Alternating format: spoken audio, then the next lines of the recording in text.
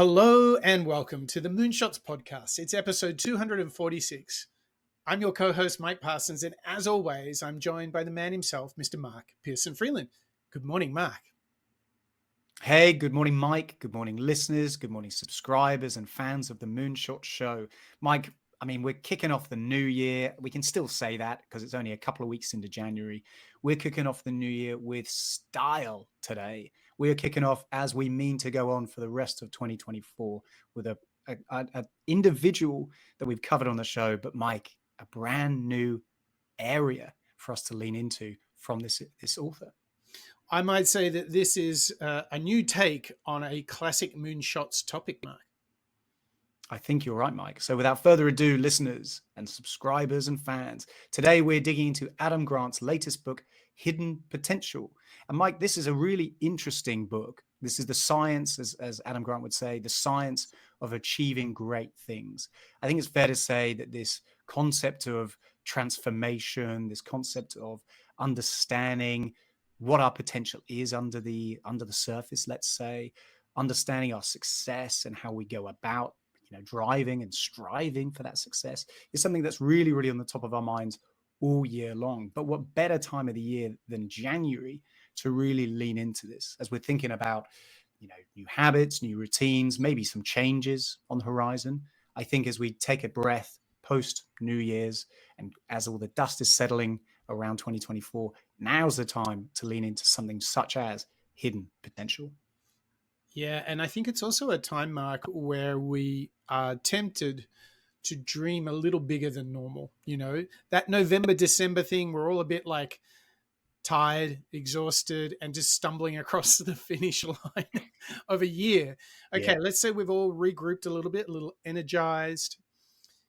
And somewhere deep inside, we're dreaming big dreams. We've got high hopes and ambitions, and we may be tempted to indulge those to some extent. And I think what Adam Grant does in this book is give us a bit of a roadmap of how to tap into our hidden potential. And I would say if you've enjoyed us digging into all topics around growth mindset by Carol Dweck, Do Great Work by Michael Bungay-Stanier, and many others that are really about dreaming big and working hard to be a better version of yourself, then you're going to love this episode. Frankly, you're going to love the Moonshots podcast, Mark, because that's what we're all about, is decoding what superstars do, what makes them different. And I think there is real science, mindset, and emotion and belief in realizing your potential. And I think today we're going to dig right into how to get that job done. The perfect January topic. Mark, I'm dying to dig in.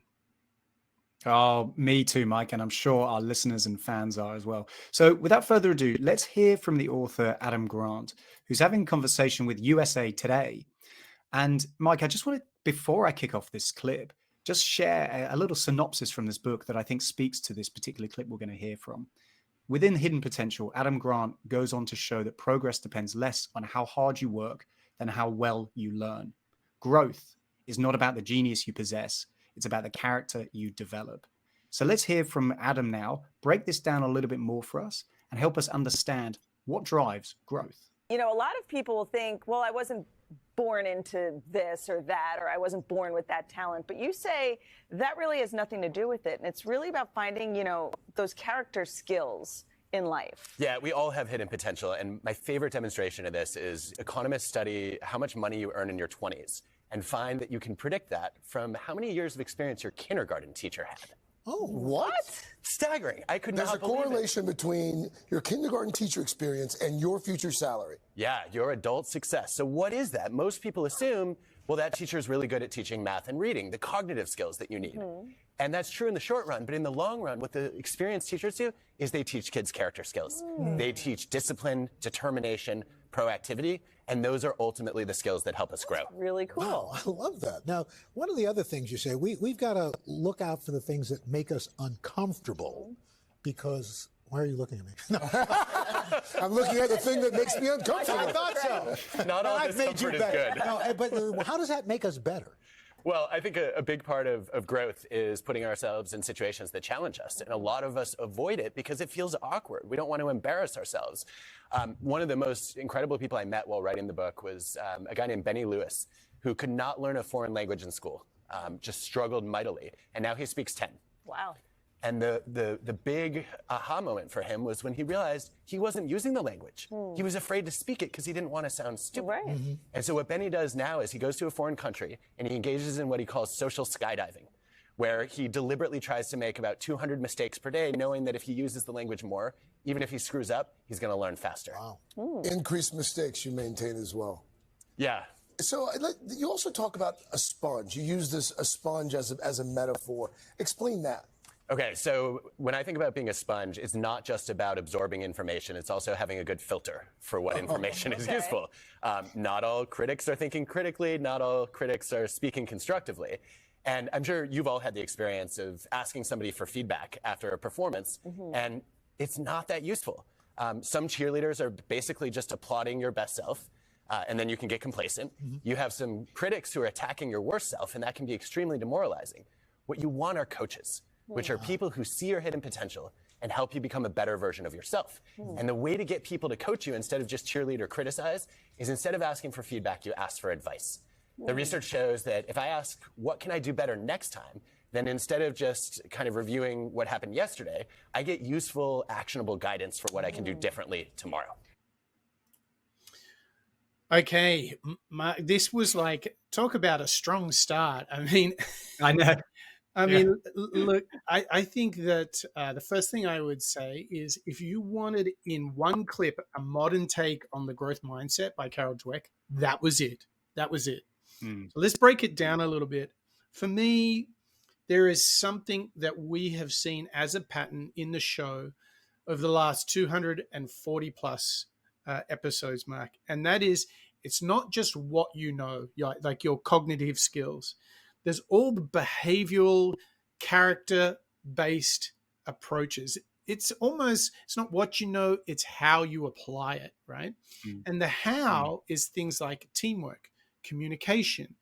And what specifically backs up the science of what Adam Grant is saying there was the work by Angela Duckworth in the book Grit. She studied thousands of students and found that the pattern for those that succeeded over time was always those that had resilience and grit. It wasn't that they were bigger, better, or faster. Fascinating, huh? I totally agree. I mean, you're right, Mike. It's kicking off quite energetically, I should say, this brand new episode. There was a lot to dig in, even though it was just a kind of intro clip. And obviously, Mike, we've got plenty of time today to dig in deep in some of our areas that we're going to uncover today. But you're right, that idea that Adam was sharing towards the end of that clip, this concept of advice more so than feedback, I think, again, probably is pre-delegated or preceded by that education journey that you go on.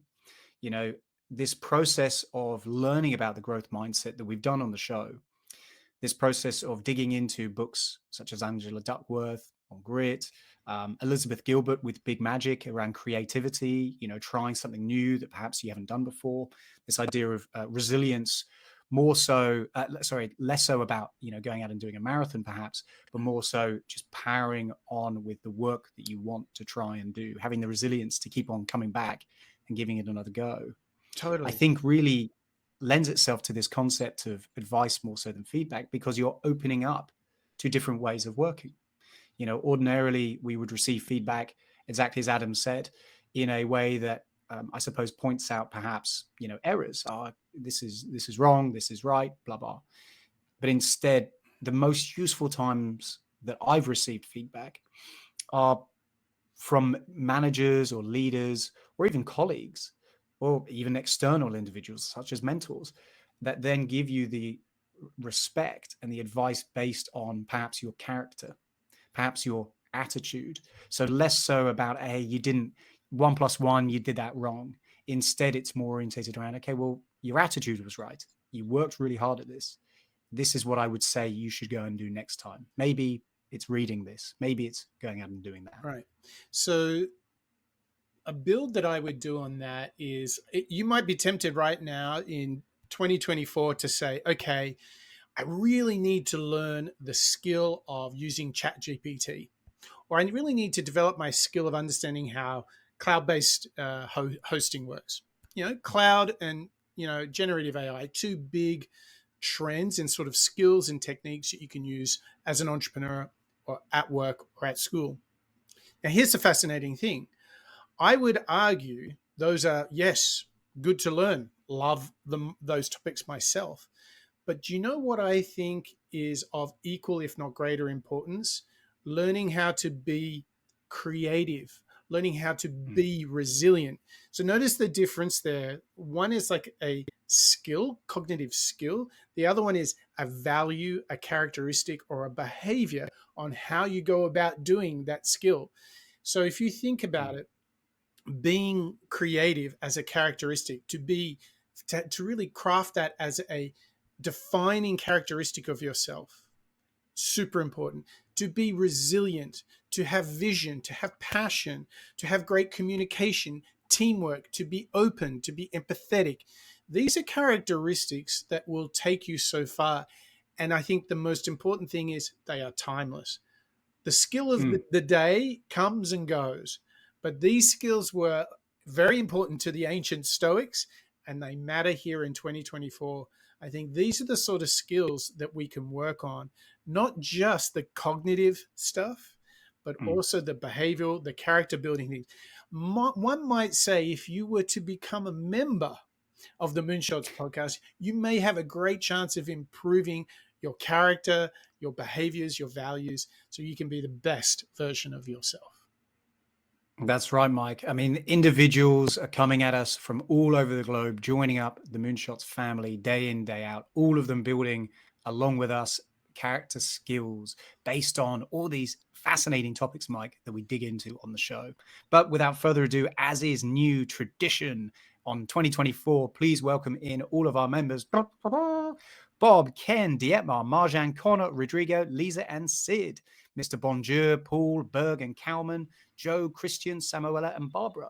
Andre, Chris, Deborah, and Lasse, Steve, Craig, Daniel, and Andrew, Ravi, Yvette, Karen, Raul, Nikawada, Ingram, Dirk, and Harry, Karthik, Venkata, Marco, Jet, Roger, and Steph, all of whom are our annual members. Guys, thank you so much. As the new year kicks off, we want to give extra high fives and thanks to all of you lot for your continued support.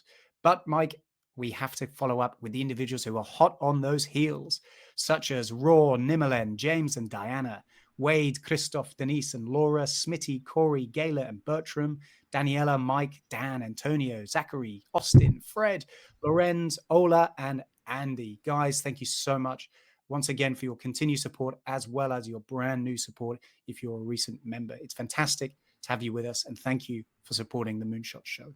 Absolutely. And your support helps us produce, pay for, and cover all the costs that are associated with publishing the show on Patreon, on YouTube, into your little Spotify and Apple Podcaster apps. It takes a lot of work, a lot of effort. We've got to pay a lot of bills. So we deeply appreciate it. So thank you to you. We're very grateful. And don't forget, you get the Master Series, a whole new podcast as part of your membership that's only available for members. So head to moonshots.io, hit the big member button. You can do it, and you will get for yourself every month an additional Moonshots podcast.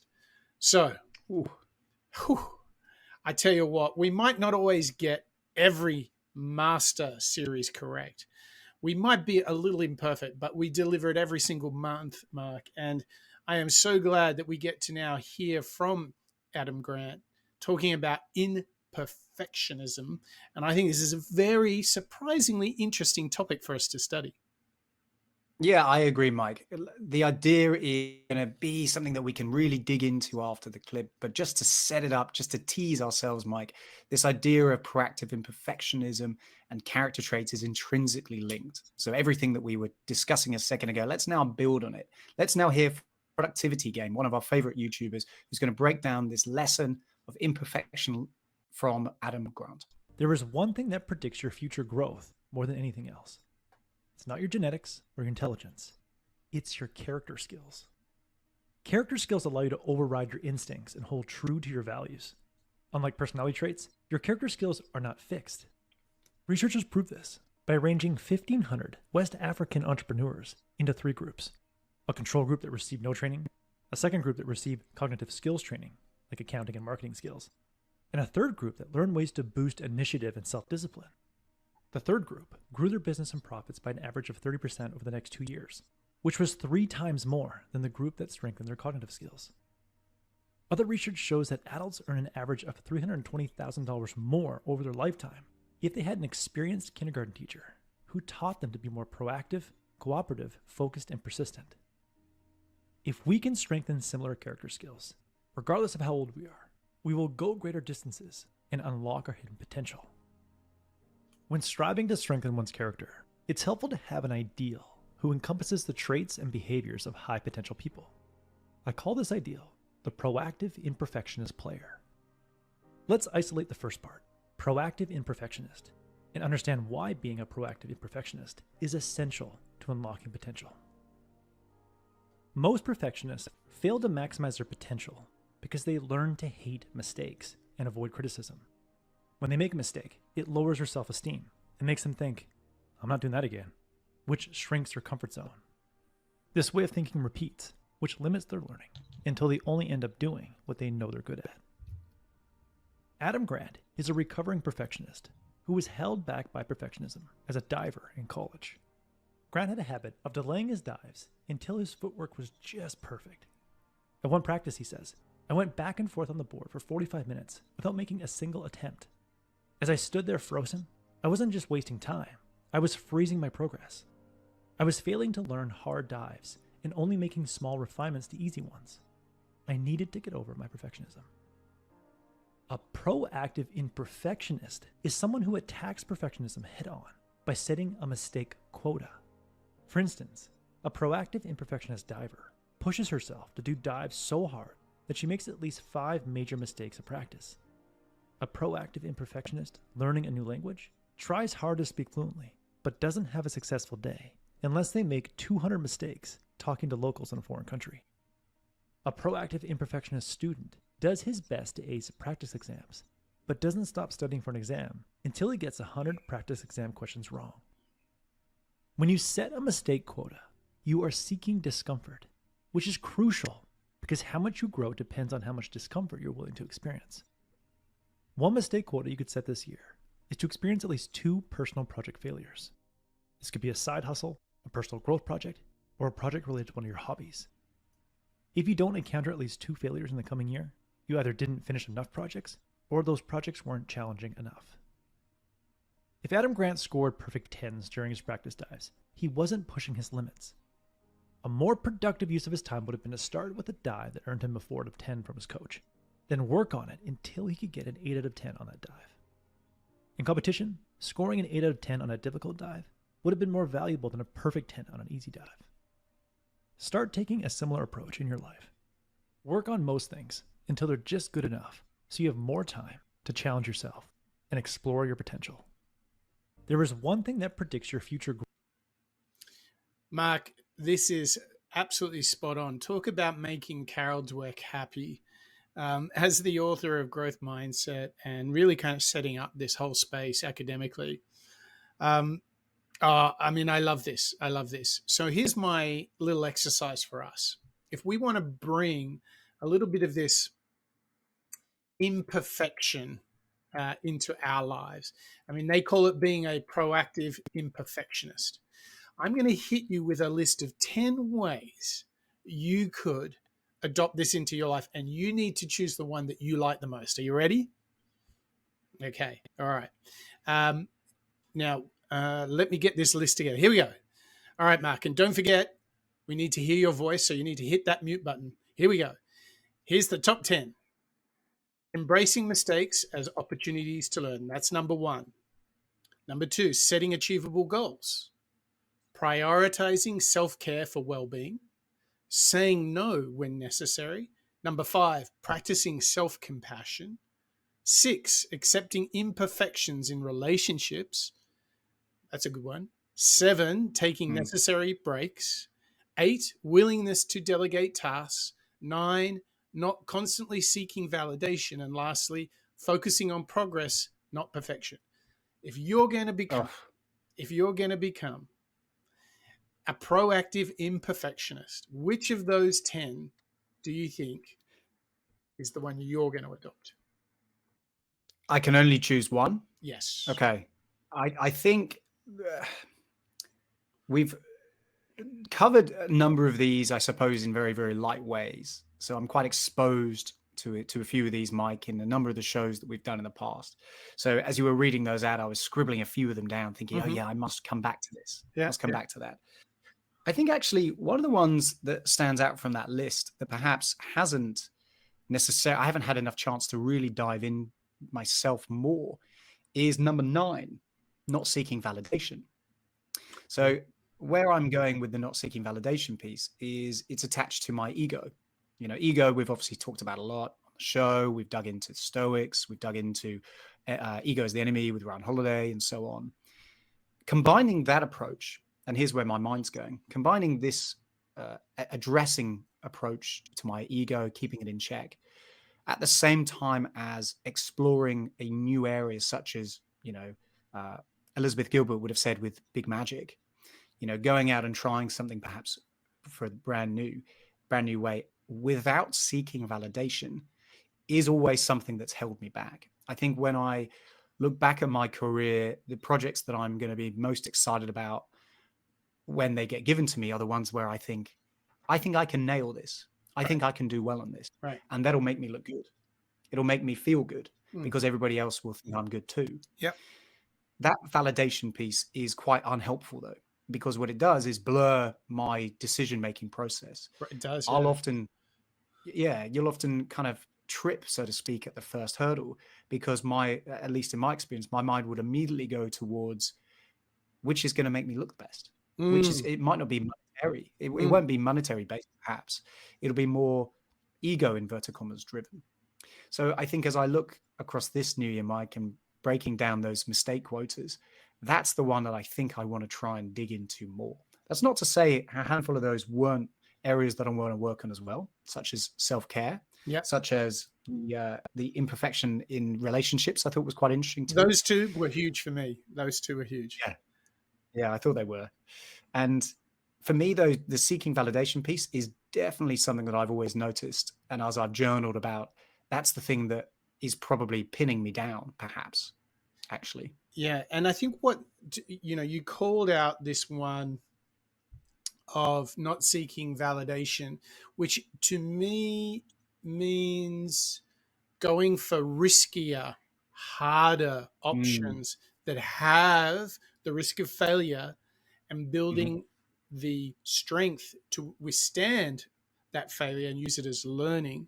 Now, what's interesting about that is if you push into those areas, what you see is you will grow a lot more. It's like lifting heavier weights, running longer distances.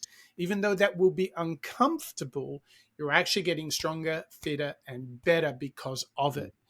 And what's interesting is we now can see, if you will, the opportunity cost that happens when you go for the easy crowd pleaser option in any part of life, the easy run, right? The easy assignment, or perhaps the client really needs to go a much more harder route, but you cannot be bothered going down that route with whatever it is.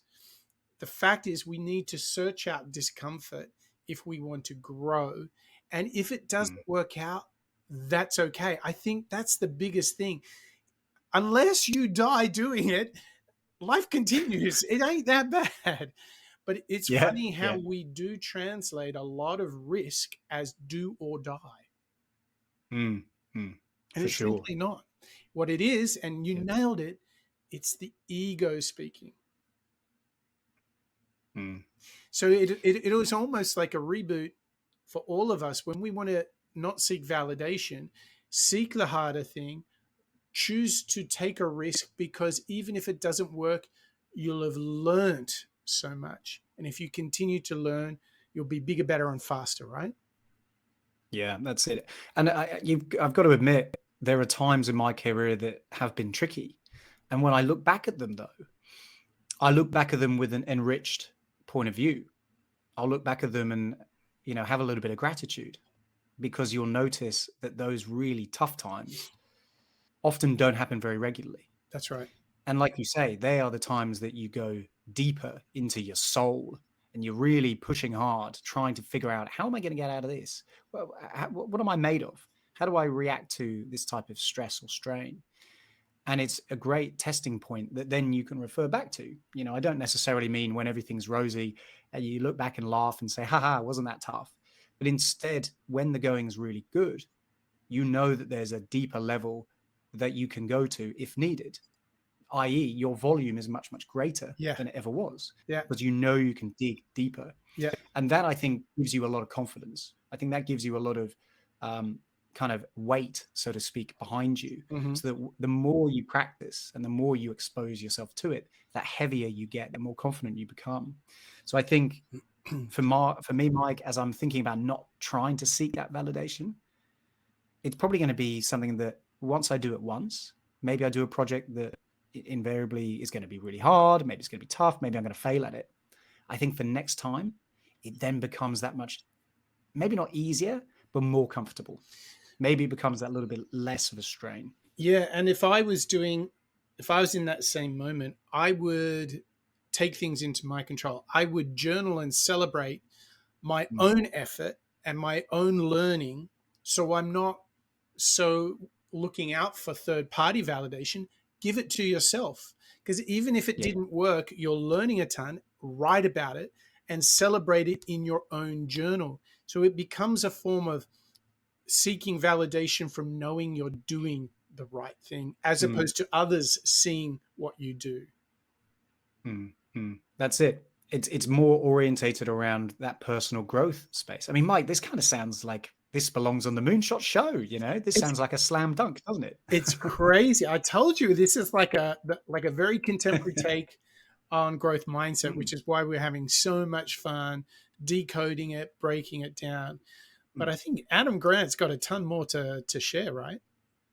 He does, Mike. He does. And, as we think about this idea of mistake quotas, embracing, vulnerability, to use Brené Brown's language, and the idea of growth mindset, let's now think into the game of chess. Let's have a little bit of a break, Mike. Let's hear from Adam Grant now, talking to Next Big Idea Club. He's going to continue talking about, character skills, but actually now I think we need to get into some chess. I always thought that chess was an example of a skill that really leaned on innate intelligence, right? That innate math skills, spatial math was in my mind in the category of something that was more genetically determined than maybe some other skills. But you write that intelligence turns out to be, quote, nearly irrelevant in predicting the performance of adults and advanced chess players. The early advantages of cognitive skills dissipate over time. It takes an average of 20,000 hours of play to become a chess master, 30,000 to become a grandmaster. This requires proactivity, discipline, and determination. You probably had encountered a lot of this research before writing the book, but did the process of writing the book move you further in the direction of concluding that raw intelligence may be overrated? It did. And leave it to you, Rufus, to pick up on something that I thought was fascinating that not a single person has asked me about. Chess research. Yes. I had not looked into the chess data specifically. I'd been reading a lot about, nature versus nurture, and, the fact that everybody has hidden potential. And, we've all talked about deliberate practice at one point or another. What I did not realize was that essentially, even in a brain power rich game like chess, that intelligence basically gives you an advantage if you're a novice or you're a kid. You can learn the rules faster. You can memorize moves more quickly. You might have them at your fingertips more. You can, see the pattern on the board more rapidly. But that over time, that can only get you so far. And that what ultimately allows people to achieve greater things in chess, and this is true in life as well, is having character skills, not just cognitive skills. Character skills are what motivate you to keep studying, to keep imagining different end games for different beginnings, to anticipate what your opponent might do. and then, have a series of, of possible counterattacks and, defenses ready. And I don't think that we spend enough time talking about character skills. When we talk about character, we think about it as virtue. We assume that, being a person of character is about being good and being decent and being noble. But I've really shifted my thinking on this, and the chess research was part of this, to say, character is not just will, it's skill. It's being able to put your principles into practice. So it's one thing to be disciplined and determined and proactive when things are going well. It's another thing to stand by those values on a hard day. Mm-hmm. That is as much about a set of learned capabilities as it is about innate talent. Mark, this reminds me of how we discovered that happiness and contentment is a muscle that needs to be trained and worked on. And being of good character, being made up of the right behaviors, not just your raw intelligence. It's not what you know, but how and why you do it. Oh my gosh, am I taken right back there when I hear Adam Grant speaking? I know, it's so good, isn't it? And you're totally right. This idea of really leaning into your values, leaning into your behavior, and staying true to it, even when the going gets tough, even when you're pushed to breaking point. Big one. That for me is the takeout here. And I think it reminds me, Mike, of a lot of the work that we've learned from, even Simon Sinek around leadership. Leaders being the best versions of themselves when they know how to manage themselves. We've done obviously many episodes, as well as a master series on managing people. We've leaned into coaching. We've leaned into leadership roles and so on. And I think, Mike, that's the real big takeaway that I had from a lot of those lessons or a lot of those insights. Get your house in order before you try and broadcast it to other people. Exactly. So here's a question. How do you remind yourself of your character skills? How do you keep yourself in check so the ego doesn't run rampant, or we get lazy and all the dark side of character skills? How do you do it? Well, I think to use a concept that we've talked about a lot on the show before, it's journaling. Step one. That's how I can hold myself accountable. That's how I will go back and revisit. Perhaps I've had a particularly tough time with something at work, let's say. I can go back and revisit it later. I can have another look and think, well, how did I react to this? Was I a bit moody? Was I a bit, petulant? Why is that? Why was I being a child? And I can hold myself accountable. I can think, I didn't need to react in this way. I didn't need to even write this down in this way. The fact that I've written it in my journal with this tone of voice demonstrates something wasn't right in the way I was thinking. But then I don't know whether that's necessarily enough for me. I'm visually stimulated. I enjoy collaborating people. So if I write it down myself and I reflect on it, what I also try and surround myself with are individuals who can also say it back to me. So whether that's at work, whether that's at home, having the luxury of being able to say to an individual, hey, how am I reacting at the moment? Am I behaving okay? It isn't delegating the responsibility to somebody else. I'm not saying, hey, you should get, your partner to always tell you what to go and do and how to react. But I think it's worth having a touchstone, Mike, whereby you can judge your behavior, whether it is in fact completely off the radar. Maybe you've catastrophized over something for too long. Your mood is now totally, I've used the word like percolating. If you percolate on bad vibes, generally in my experience, I will behave in more of a kind of morose way. This idea of positive reinforcement, mantras and so on, super valuable. I think for me, when I write it down, I also need a little bit of assistance from those around me just to pull me up when I get maybe a little bit too big for my boots, perhaps. We all do, Mark. We absolutely do. The other thing that I do is I actually, every single morning, I actually read and say and write about some of my values. So not only will I journal on some values, I'll actually write and publish the work on them. But I just wrote today a post that will come out next week about the values, the 16 values, character skills said differently, that that I'm working on. And I want to just be really clear here. What I'm going to read to you these really quick, but I listen to these and read these out every single day. And here's my thinking. If I say and hear and listen to these every day, when in the fog of war things are happening, i.e. life, I will have trained my subconscious to respond in this way. Okay? So here's how I hope that I make my decisions and live the good life. Here we go, real quick. Sleep is priority number 1. Be still, for there is much to hear. Start every day like it's a new life. First things first. Listen to understand. Observe without judging. Go slow to go fast. Go high when they go low. Embrace discomfort. Smile and breathe. Be curious and open to the new. Get outside and move. Rest, recover, rejuvenate. Don't dwell on the past. Don't worry about the future. Take complete ownership of my thoughts. And this, I go to those 16 ideas every single day. I am priming the subconscious that this is how I'm going to approach life. This is what I want my character skills to be, you know?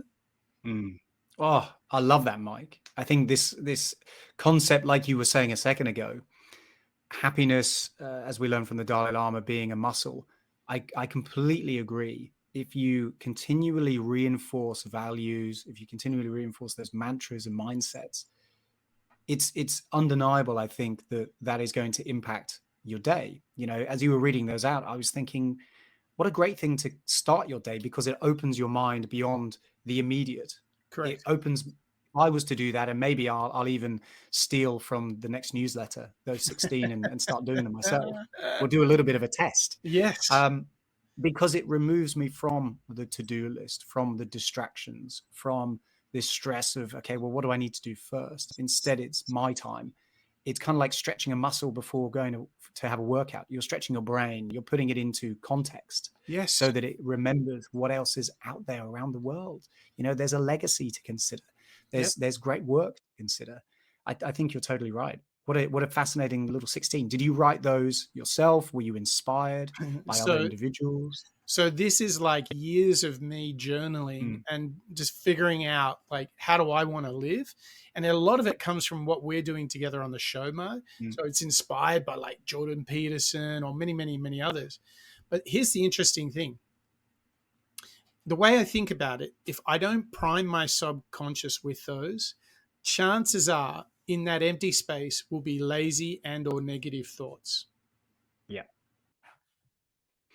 I don't want to have my thoughts affected by anything else outside of my control. I want to be as razor sharp as I can be. So when you know what hits the fan, those things kick in absolutely. So what I notice is, since I've been saying sleep is priority number 1, what happens is I really want to get myself into bed before 10 p.m. It's like a built-in thing. I know this is a priority. So I've noticed the difference that it's made. You see how, like, you like happiness, you got to work on this stuff. We all want to be good. I think the vast majority of humanity want to be good. But what does it mean? And I would say the advice here is write your list of mantras and values and say them every single day. You've inspired me, Mike. I think what a perfect topic as well to be talking about on this show about hidden potential. You know, this is something that I think is going to inspire us to, you know, figure out what makes, for me at least, what makes me tick. You know, I've got a list of mantras as long as my arm, but what I've never done is distill them down into, let's say, 10 or 15 or 16 daily ones. So that's my homework, Mike. I think you've hit the nail on the head there. Awesome. So we have really dug into Adam Grant, but I know you have gone out and scoured the universe and found one more big idea from his book, Hidden Potential. So why don't you set it up for us so we can get the full masterclass, the full entree, main meal, and the dessert. It's just here. What do you got, Mark? Yeah, there's nothing hidden in this next slide that's all about potential. Let's hear from Adam Grant. He's going to talk to Andrew Huberman, fantastic, on a key skill, Mike, a key skill that is going to help me open up my ego. It's going to refer to this idea of legacy, which we love to talk about on the show, but also a concept called the coach effect.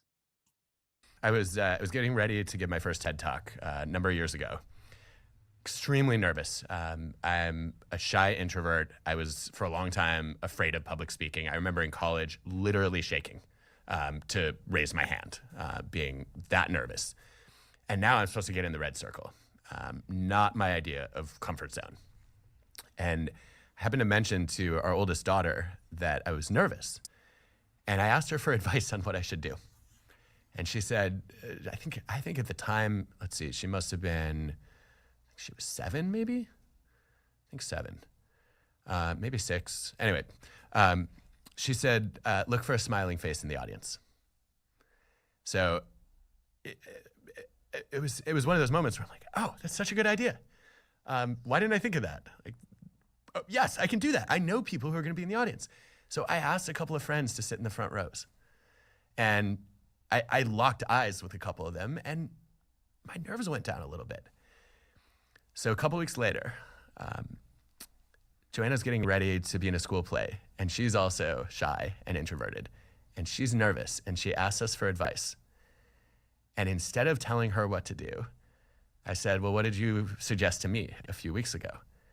And she remembered, and she said, look for a smiling face. And it was one of the most moving moments of my life. Like, Allison and I got to the play, and she looked at us and she beamed. And I just I think what I learned from that experience was kids need to feel that they matter.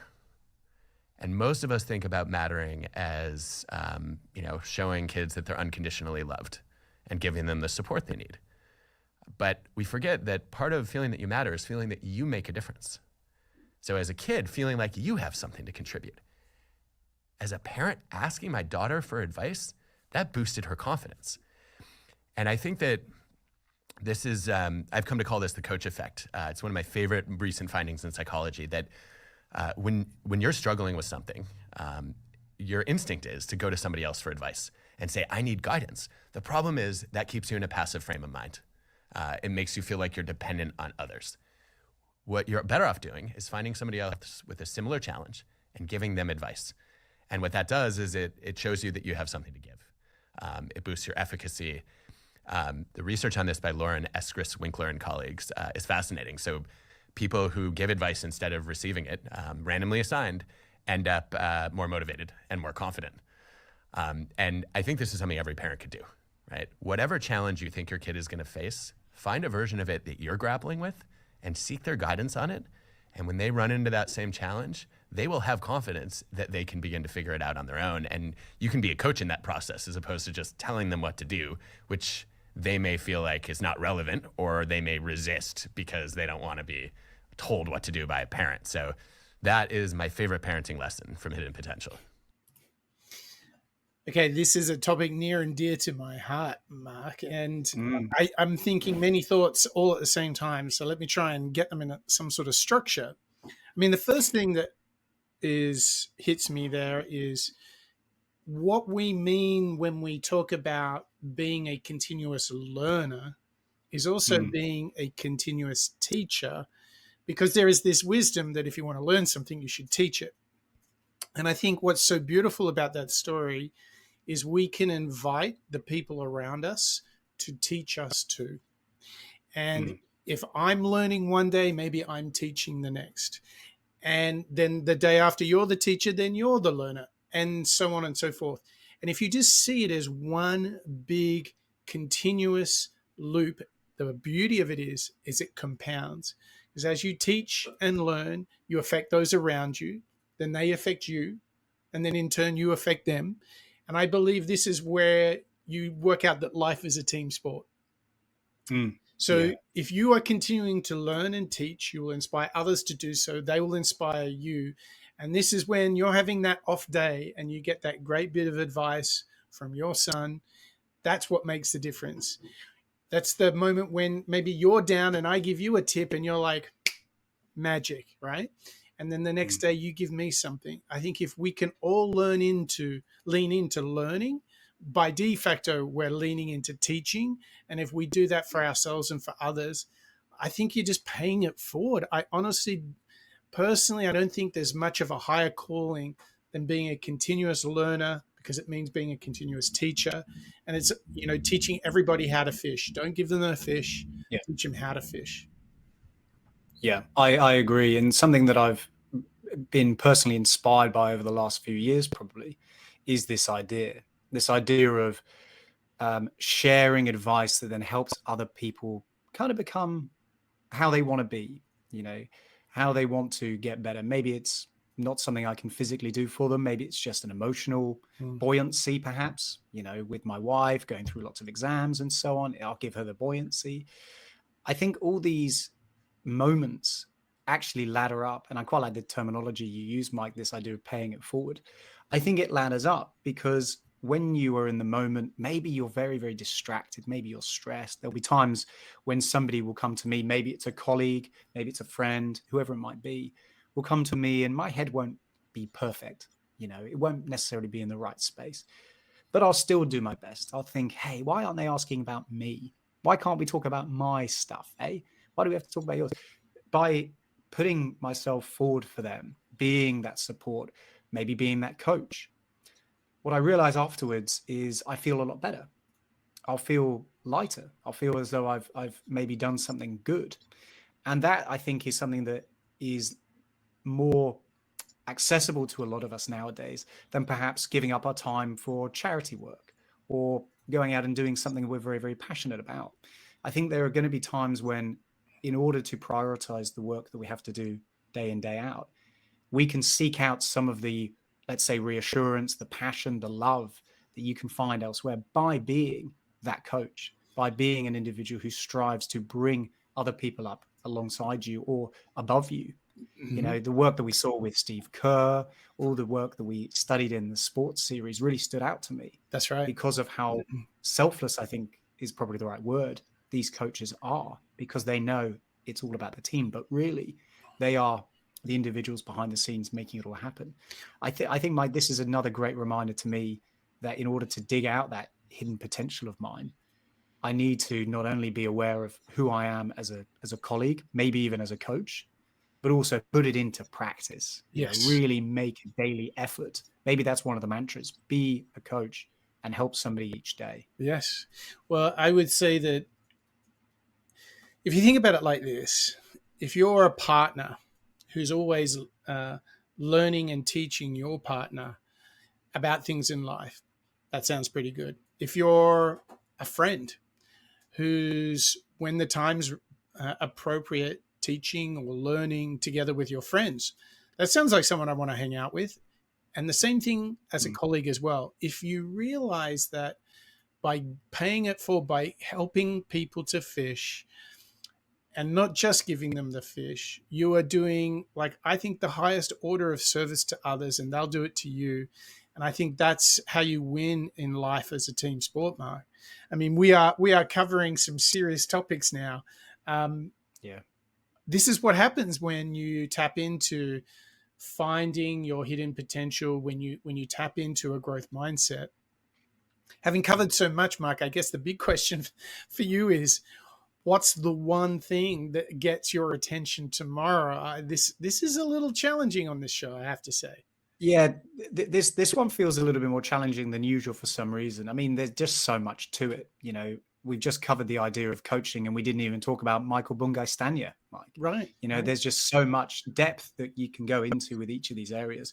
But I think actually for me, what stood out was the character skills and trying to put them into practice more regularly, particularly around that idea of imperfection. So building on the mantras that we were reading out, this idea of vulnerability and so on, I think for me, being an imperfectionist, trying to work on demonstrating that to those around me, but also more importantly, holding myself accountable to it and giving it a go, getting out there and trialing something new and maybe failing at least a couple of times this year is I think going to be the challenge that I'm going to set. Yeah. What about you, Mike? I mean, a lot of different topics, a lot of different areas within this concept of hidden potential. What's standing out and what's going to be the next step for you? It's a wrestling match between the self-care and the imperfect relationships from my famous top 10, very famous trademark top 10. I think those are the two that need attention from me. So not getting so knackered and just accepting the ups and downs of all sorts of relationships. I think those things will help me a lot when we think about expectations. Well, Mark, the first show of 2024 with one of our most popular superstars, Adam Grant. What a show.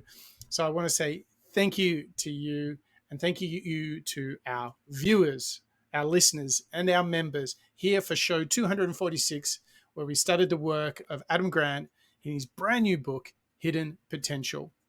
And there was 4 big chapters to today's effort. We really dug into what drives personal growth. We looked at character traits and character skills development. These huge things beyond what you know, it's how you go about doing it. And that was the big lesson today.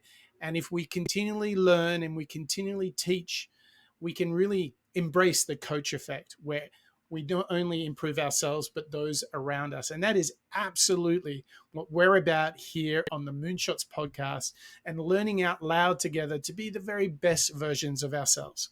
Okay, that's a wrap.